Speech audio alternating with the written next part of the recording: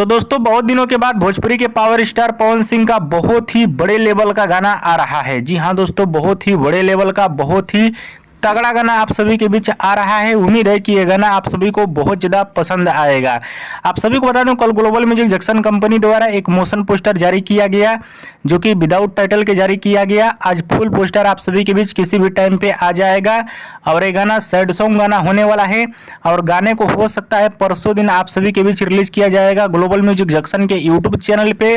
और इस गाने को लिखे हैं रोहित सिंह, गाने को गाए हैं पावर स्टार पवन सिंह। बताया जा रहा है कि गाना बड़ा ही मस्त होने वाला है। आप सभी को ये गाना बहुत ज़्यादा पसंद आने वाला है।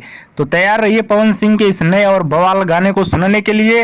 हो सकता है पवन सिंह के इस नए गाने को लेकर इवेंट भी हो सकता है। जी हाँ दोस्तों, ऐसा सुनने में आ रहा है कि शायद इस गाने को लेकर इवेंट हो सकता है। तो जैसा अपडेट आएगा आप सभी को बताया जाएगा।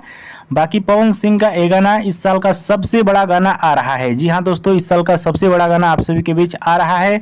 तो तैयार रहिए पवन सिंह के इस नए गाने को सुनने के लिए। बहुत पहले इस गाने का शूट किया गया था। और दोस्तों पवन सिंह का ये अपडेट पसंद आया तो ज़्यादा लाइक करें, कमेंट करें, शेयर करें, सब्सक्राइब करें। धन्यवाद दोस्तों।